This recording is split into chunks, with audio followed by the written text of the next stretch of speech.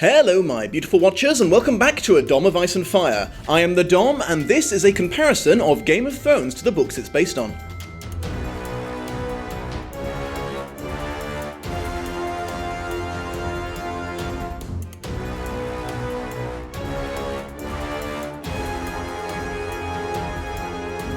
I would like to quickly remind everyone that this is not spoiler safe. I may occasionally reference things from multiple books or later seasons of the show, so if you're not up to date, something might get ruined for you. Drogo ignoring Daenerys when he was busy being a Carl. The dude had a strong ethic when it came to the separation of work and personal life, apparently. Bran not being dead, but badly crippled and in a coma. Tyrion slapping Joffrey for being a selfish dickhead. I could watch that all day. The Lannister conversation over breakfast, including Tyrion's intention to visit the wall so he could piss off the edge of the world, and the half-unspoken confirmation that he had figured out that Jaime and Cersei had something to do with Bran's fall. Jon giving Arya a needle as a present, a sword fitting her tiny frame. Most of the conversation Robert and Eddard had on the King's Road, including mention of a common woman named Wyler, supposedly Jon's mother, news of Daenerys' marriage, and Robert's concern and Eddard's dismissal of her as a threat. Dany crying while Drogo has sex with her is book accurate, and that leads me to a sort of apology I want to make. Some people have claimed that while Drogo didn't rape Daenerys on their wedding night, he most certainly did later, as the book describes her weeping and screaming into her pillow during sex. The thing is, when I read these chapters, I didn't interpret this as necessarily a sign that she hadn't consented. Immediately before this, the chapter described how badly she was hurting from long horse riding every day, suffering from saddle sores and sunburn, so I kind of assumed that her tears were from the pain of that, combined with Drogo being too rough. I thought that she wasn't enjoying the sex, but was doing it to make Drogo happy, which obviously I don't think she should be doing, but meant that it was at least consensual. I stand by this analysis, however, as it is very open to interpretation, it was wrong of me to say that Drogo didn't rape Dany, as if that was the definitive version of events from the books, so I apologise for that. Dany's handmaiden Doria's story about the moon being one of two giant dragon eggs. Dany does request that she teach her some sex tricks, though it's specifically described as talking, not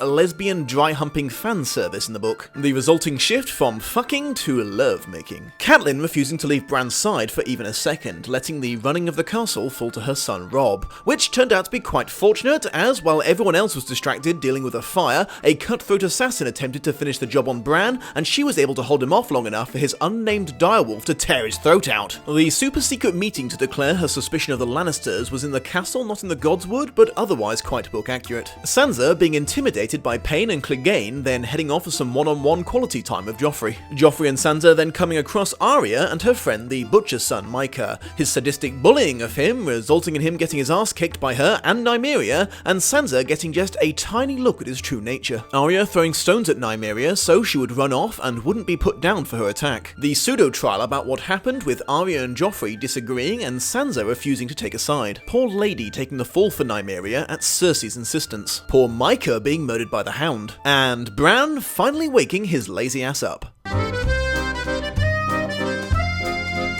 The show's desire to turn Tyrion into a tiny Charlie Sheen continues in this episode. In the book, Tyrion was up all night the day before departure, reading in the library tower, as opposed to getting shit-faced and sleeping in the dog pens. Jon's sad goodbye to Robb was in the book, but his parting with Eddard is added in, along with his questions about his mother and Ned's promise to tell him all about her the next time they meet. Yep, nothing short of his head being completely lopped off would stop him from telling Jon the truth. The conversation between Eddard and Robert about the past, future, and Daenerys Stormborn took place on horseback in the books. This is the first example of another recurring theme in the show: way less horses for the main cast. Sometimes you'll see a main character on one, but it's nowhere near the amount that they were used in the book. Almost every time you see someone walking somewhere, they were mounted originally. Everyone rode everywhere. Because Daenerys' story in A Game of Thrones is so completely disconnected from everyone else's, the show had the option to play around with it a bit. Most of what you see in every episode is stuff taken from chapters that occur right after after one another, but with Dany, parts are taken from much later chapters in the book, so it can be interlaced with the rest of the episode. As the passage of time is already confusing as hell in the show, and because of said disconnection, this has little to no effect on anything, at least in book and season 1. For the most part, Daenerys' storyline does at least follow its own timeline correctly, though small changes do occur here and there. For example, the violent incident with Viserys in the Dothraki Sea happened before Dany introduced Drogo to a new sex position. In the show, it occurs in the next episode. Ser Jorah's backstory about selling poachers to slavers and having to cheese it out of the Seven Kingdoms was switched from being talked about in the conversation between Eddard and Robert to being discussed between himself and Viserys. I'm guessing this was changed because Robert went on to explain that Jorah was now in Varys the Eunuch's employ, and the show wanted to save that reveal for later in the season. The scene where Jaime mocks Jon for joining the Watch is new. As far as I'm aware, these two are yet to exchange a direct word in the books. The show again proves that it wants Jon to be as miserable as possible, presumably so Kit Harington can do that brooding thing he looks so good doing. When Catelyn is a total bitch to him at Bran's bedside, trying to stop him from being able to say a proper goodbye to his little brother, even threatening to call the guards, he actually stands up to her, emboldened by the knowledge that he will be a sworn brother of the Night's Watch soon. Then later, on the way to the Wall, Tyrion is a little more explicit about what a shithole the Night's Watch is these days, leading to Jon losing his temper with him and Ghost knocking him down. Don't worry, it works out to being a bonding moment between the two of them. The point is, afterwards Jon fully confronts the reality of what the Watch is and accepts it, laughing with Tyrion instead of silently pouting. Cersei's claim that she lost her first infant child isn't in the books, and as she described him as being a black-haired beauty, it apparently means that she did bear Robert a trueborn son at some point. This contradicts not only the book, but her later claim in the show that she always avoided sexual activity with Robert that might have resulted in conception. I don't think that this was an attempt to make her more sympathetic, as the show doesn't pull any punches with her vile nature, even in this same episode,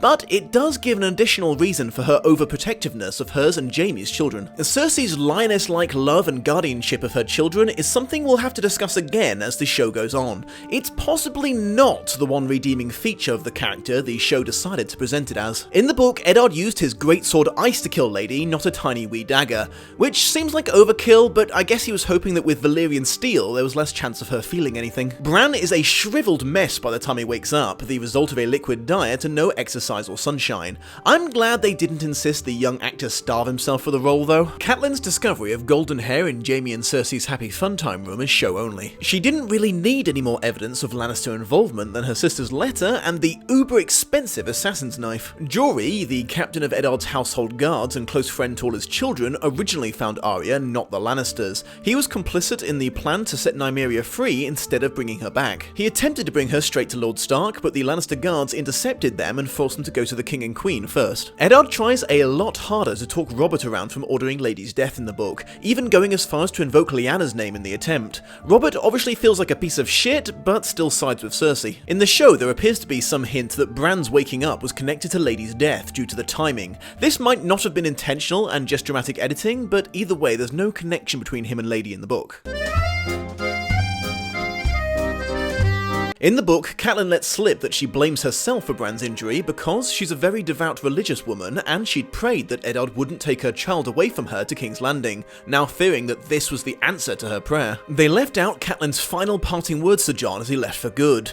"It should have been you." Ugh. Fuck you, Catelyn Stark, you hateful bitch. The show also skipped over the end of the roadside conversation where Eddard gets Robert to admit that he plans to name Jaime Lannister as Warden of the East. Eddard didn't know at this point that Robert was massively and inescapably in financial debt to his wife's house, so can't understand why his friend is allowing the Lannisters to accumulate so much political power at everyone else's expense. He tries to warn him that Jaime isn't trustworthy by telling him the story about how he found him sitting on the Iron Throne during the sacking of King's Landing. Robert, however, doesn't give a shit if Jaime wanted to cut his ass to ribbons for a bit and is unperturbed. Tyrion Lannister's fascination with dragons was foreshadowed around this point in the book. The book he's reading on the way to the Wall is about the properties and uses of dragonbone, and it's revealed that when he last went to King's Landing, he went to have a look at the skulls in the basement, which FYI were jet black in the book because of their high iron composition. Through Tyrion's memories of reading about it, you also get a brief history of the old Westerlands and Reach Kings being defeated in battle by Aegon the Conqueror and his dragons, the only time time, all three were unleashed simultaneously to save his vastly outnumbered army. There's more not massively interesting instances of Sansa and Arya not getting along during the journey along the King's Road. In the book, Renly Baratheon and Sir Barristan Selmy meet up with the procession heading south as part of an honour guard for the king. Not a lot happens with them aside from some talking and Renly laughing his tits off at Joffrey getting beaten up by a girl. I will say that the book's introduction to Renly portrays him as a lot more confident and witty than his show counterpart. More on this later. You get to see that Joffrey is even more of a mama's boy in the book as you hear Cersei telling him to go and save Sansa from the awkward situation with the Hound and Sir Ilyn, and suggests they spend the day together. Arya was missing for a full 4 days in the book after Nymeria bit Joffrey. I can't definitively say that this was left out as they don't confirm how much time has passed, but it certainly doesn't look that way from the way it was edited. Showing time progression really wasn't a strong point for this series, something that gets progressively worse with each season. You get to see that poor Micah was cut almost in two in the book. Just saying that the Hound rode him down leaves some possibility that he may have simply been trampled by his horse, but no, the dude used his massive sword to murder the poor lad. Daenerys had some interesting dreams in the book. In times of great stress, she tended to dream that her brother was attacking her, but then got eaten by a massive black and red dragon, described remarkably like Drogon. In later dreams, it breathes fire on her, and even though it melted her away, she felt more like she was being reforged than dying. In the book, Cersei makes a mention that she intends to turn Lady into a fur coat or blanket, so Eddard specifically orders some of his men to bury the body all the way back at Winterfell to avoid this. Catelyn slept for 4 days after her fight with the assassin. Huh. I didn't notice the theme of 4-day waits being omitted until just now. The first thing that Bran did when he woke up was pronounce that his direwolf's name was Summer. In the show, neither Summer nor his brother Grey Wind get named out loud for frickin' ages! I don't want to say for sure, but this could be a small example of the problem that plagued the Harry Potter adaptations so badly. The writers assuming that the Watcher will just know certain things already because they read the books. They left out what was possibly Bran's first green dream. Immediately before he wakes up, he dreams he's falling from an incredible height, like skydiving height. On the way down, a three-eyed raven talks to him and teaches him how to fly. He then has visions of all the main characters, his mother heading south, Jon getting cold at the wall, dragons appearing in Essos, that sort of thing. He then starts looking north, way north, far beyond the wall. It doesn't specifically say what he sees there in his vision, but it scares the shit out of him.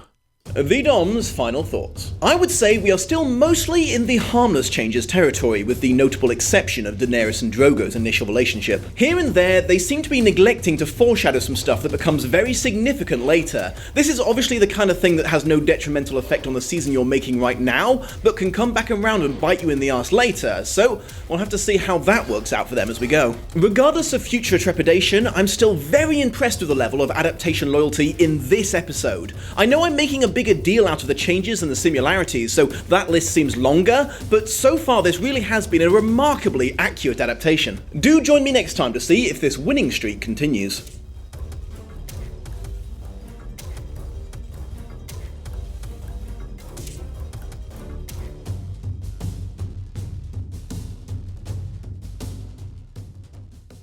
Hey beautiful watchers, I just wanted to give you a quick reminder that there's a variety of rewards you can earn by becoming a Patreon, including early access to all videos, getting to be a part of the survey about how many people saw the film and read the book, or playing Minecraft with me on my 24-hour server. Higher level contributors can also join the Dom's Skype chat room, and best of all, choose future episodes of Lost in Adaptation. However, if right now you are thinking, my goodness the Dom, I can't do that, all of my currency recently became self-aware and told me it loved me, I have not had the heart to spend any of it since then. Fear not, if you would instead be willing to like, share, subscribe, or a combination of all three, that goes a long way towards helping my channel grow and reach new beautiful watchers. Have a most pleasant day, and I will see you soon.